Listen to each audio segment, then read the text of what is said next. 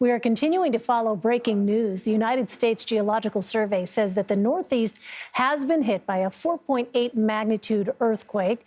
They report the epicenter is White House Station in central New Jersey, but shaking could be felt in parts of New York, New Jersey, Pennsylvania, and Connecticut.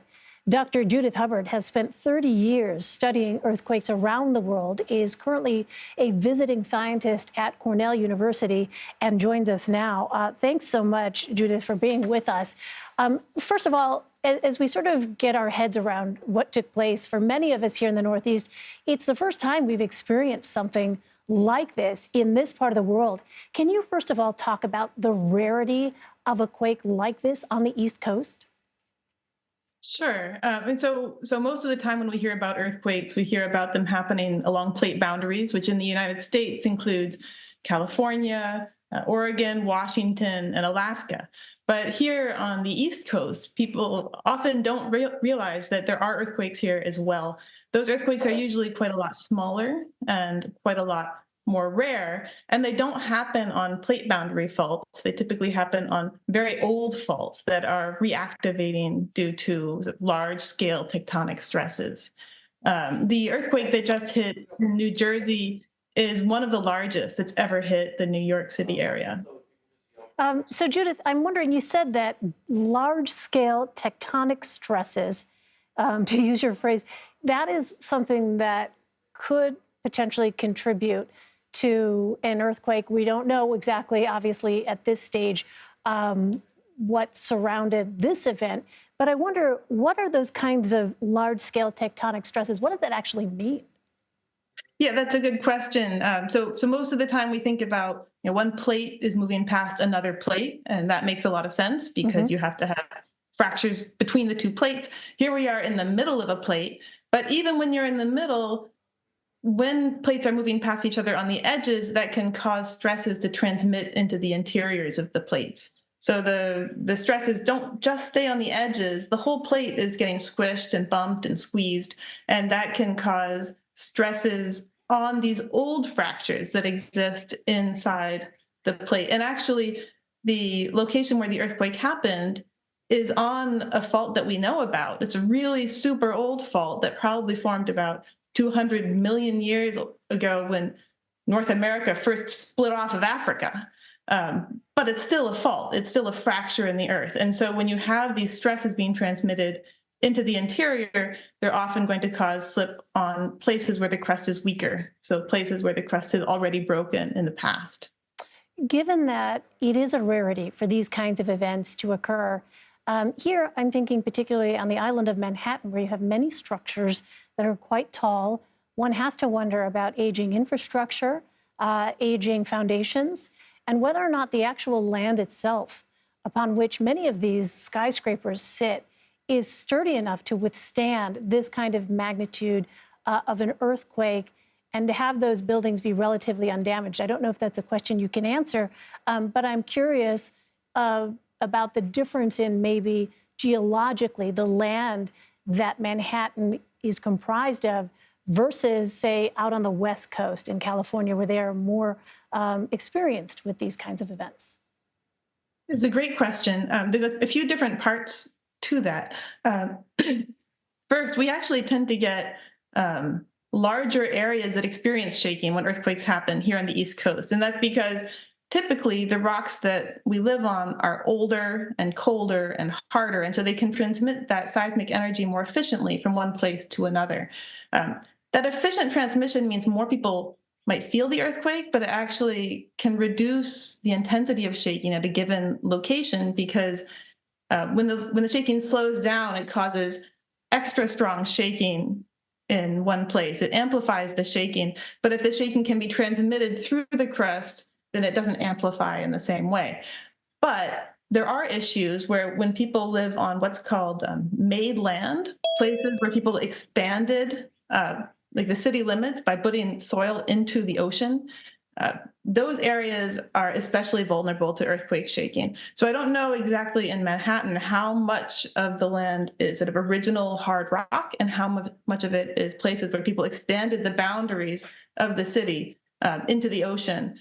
those areas can be more dangerous. Interesting. And so, as someone who has studied earthquakes, what are the questions that you have surrounding this specific event, given just how unusual it is for them to take place here? So one of the first questions I asked myself when I heard about the earthquake, and I heard about the earthquake from my siblings who all live in the New Jersey, New York area. They said, Judith, what happened? Was that an earthquake? Is what is the history of earthquakes in this region? Earthquake histories don't tell us enough about faults to know how big the earthquakes can get, but they're a clue. And in the New Jersey, New York area, we have records of earthquakes that go back into the 1700s, maybe the 1600s. So there are some records of earthquakes of this magnitude, maybe a little larger. Like in 1884, there was an earthquake in the New York City area. And those tell us that earthquakes have in the past reached high magnitude 4, low magnitude 5, in some cases up to about magnitude 6. For instance, the Cape Ann earthquake offshore of Massachusetts. But there aren't very many of them. So this is really unusual.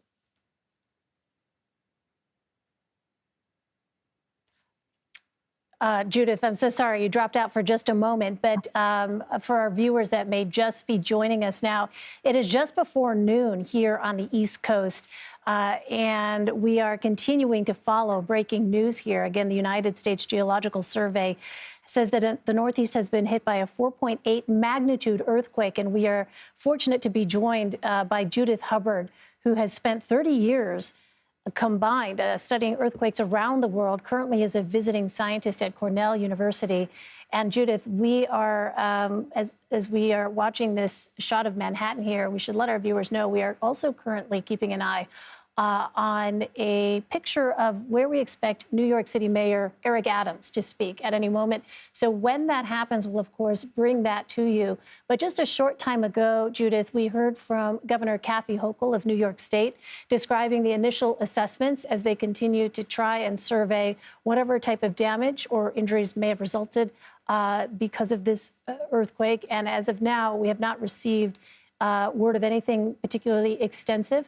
But if you could give us a sense, Judith, of the context. When we talk about 4.8 magnitude, can you give us a sense of perspective? How large is that in comparison to other major quakes in recent history? Sure. A magnitude 4.8 is not that large. It's large enough to cause moderate shaking near the epicenter, low levels of shaking further away. Some of the shaking reports for this earthquake come from 1,000 kilometers away. That's maybe 600 miles. So that's really far. But the shaking intensities were relatively low. In comparison, there was just an earthquake in Taiwan, a magnitude 7.4. A 7.4 releases about 8,000 times as much energy as a magnitude 4.8.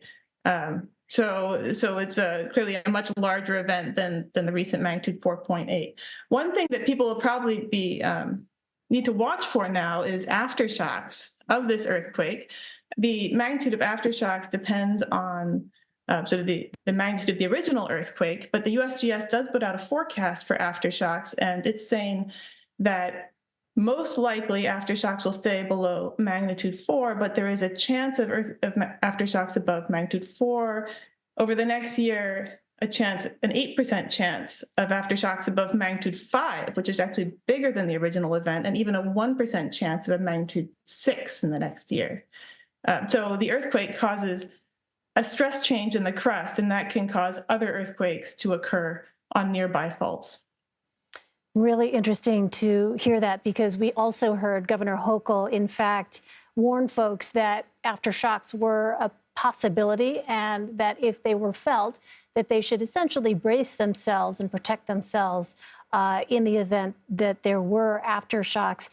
If you could, Judith, explain for viewers as well, what is happening during an aftershock? If one were to occur, people may wonder, is this the buildup? Is this something that signals potentially something more intense to come? Or what geologically speaking is an aftershock?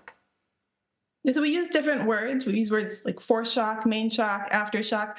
All of these shocks are just earthquakes. There is no physical difference between a main shock and an aftershock. It's just another earthquake. But we call them aftershocks because we know that after a large earthquake or even a moderate earthquake, that it causes this change in the stresses on the faults. And so we typically see more earthquakes after the first one. Sometimes, in unusual cases, you'll have an earthquake that causes a stress change on another fault, and then that fault has a bigger earthquake. And then we rename the first earthquake a foreshock because it happened before the biggest earthquake.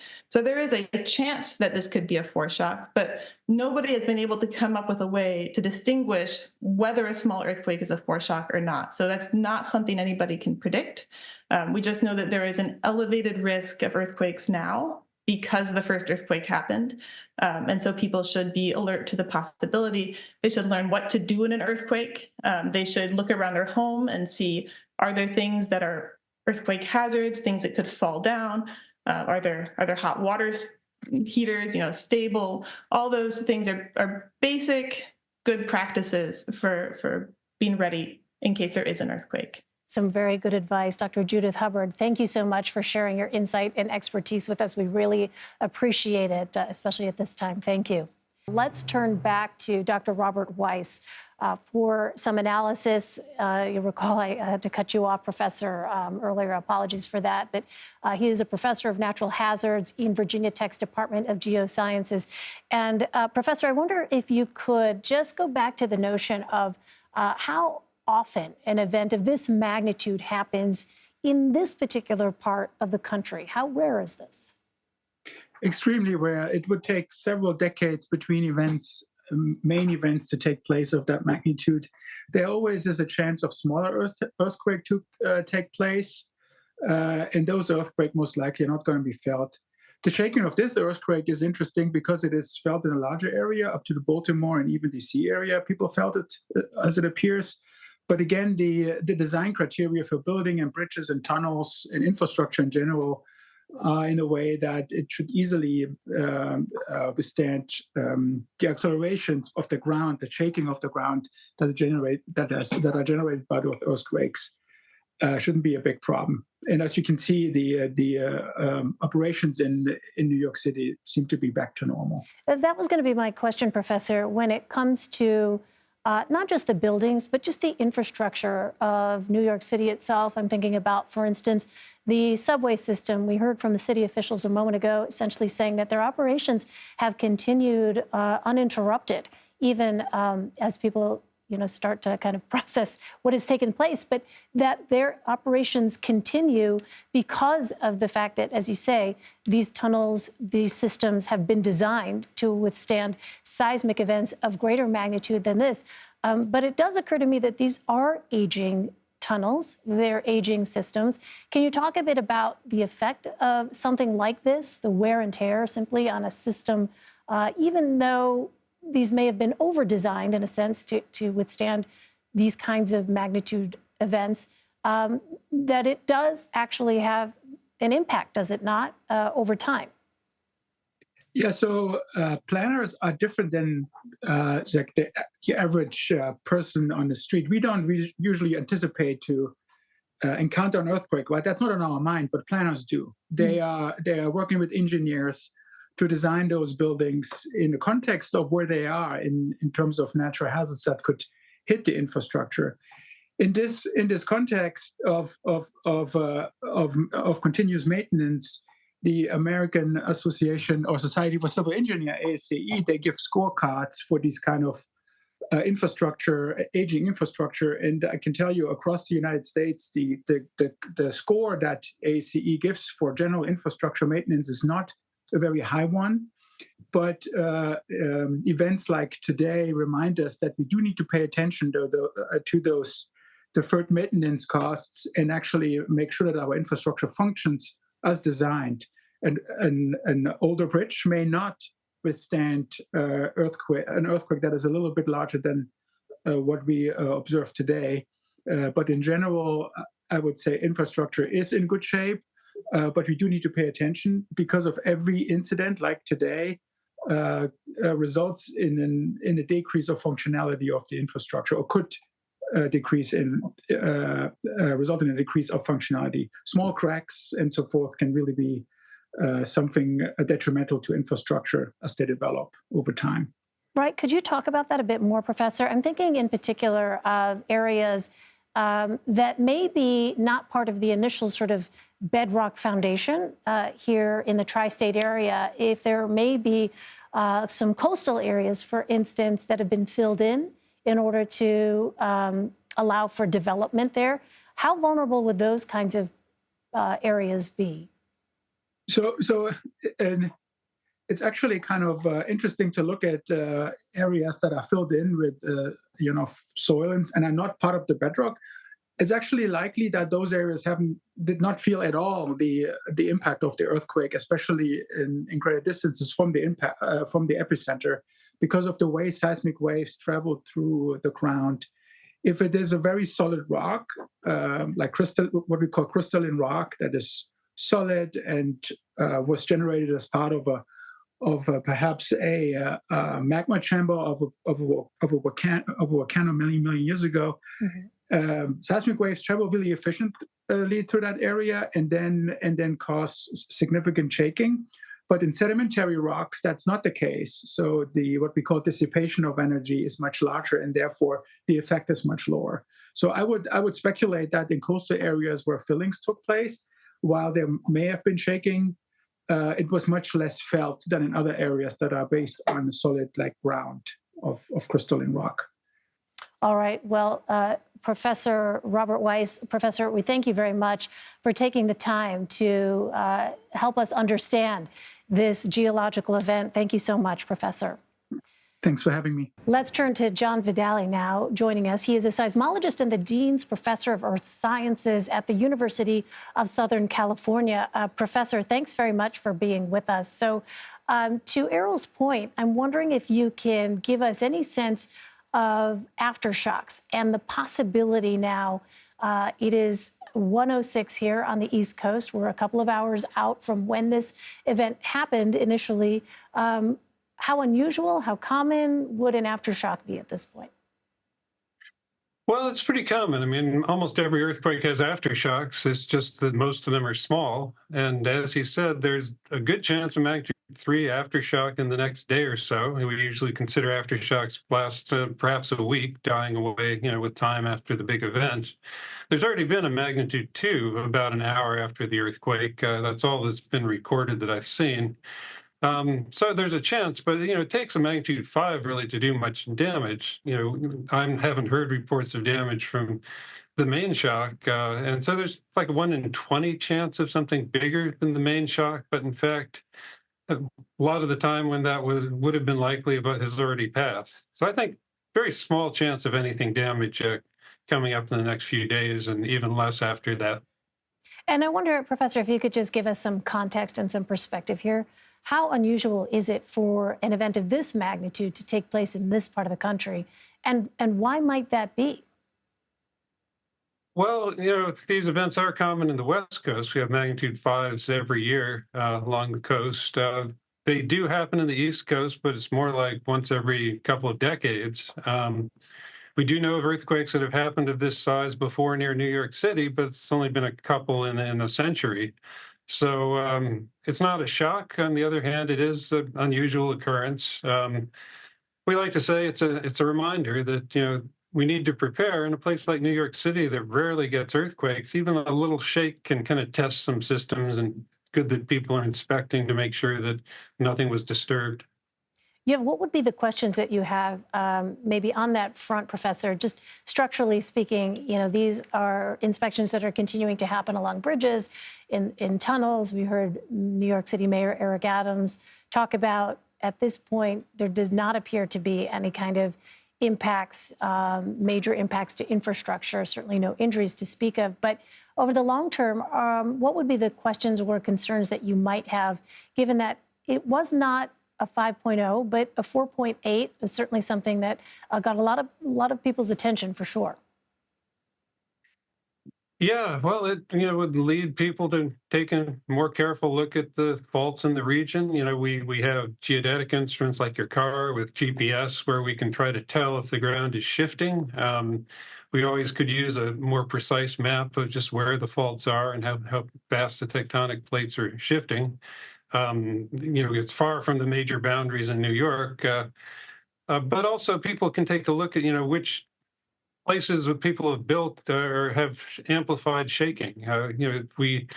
Soft ground can increase shaking by like a factor of 2, and we're always trying to calibrate the engineering to make sure that the buildings are built to the standard that they need, even if the earthquakes only come every 100 years. And is there a way, when you talk about aftershocks, is there a way to sort of predict, the frequency or the time frame at all that an aftershock might occur? Yeah, we do a lot of the statistics. I mean, mathematically, I could give you a rule. It falls off like 1 over time, but basically, after a week, it's fallen off to about 1/10 the rate that you'd see after just 1 day. But we can't predict any individual event. Earthquake prediction has basically stalled. What we can do in the West Coast, and we've already implemented, is have earthquake early warning, and that's where the sensors first detect an earthquake, estimate how big it is, and broadcast a warning, and you can get 5 or 10 seconds of a heads up time to be ready for strong shaking. It's not much, but it actually can help quite a bit. And is there a way to tell whether or not an earthquake, a particular event, might be a precursor to something even larger in magnitude, or is that not something that science can tell us? That's the holy grail. I mean, we've been looking for earthquake prediction for 100 years and analyzed every pattern we can think of. And every year people tell us even more exotic ideas of how it might work. But no, the only real indicator of increased danger is when there is a big earthquake, we have aftershocks. So right after a big earthquake's the worst time in terms of danger. But when big events that we see around the world just don't give us a warning. And the questions you have after an event like this here, what would some of those lingering questions be for you as someone who studies these kinds of events? Yeah, from our point of view, the most useful information comes from the seismometers that are in the ground, and they tell us our models of shaking amplification right. So do we have the stronger buildings where they need to be stronger? And also, if people find flaws in buildings, if this magnitude 5 cracks some things, shifted some things that it shouldn't have, we always have to have our eyes open for surprises. So that'd be the main thing. We don't expect to see much damage, but certainly it's worth looking to make sure we're aware of where the weaknesses are. All right, Professor John Vidale, we thank you so much for sharing your insight with us. It's extremely helpful as we wait to see what the next 24, 48 hours or so brings. Thank you so much, Professor. Okay, yeah, thank you.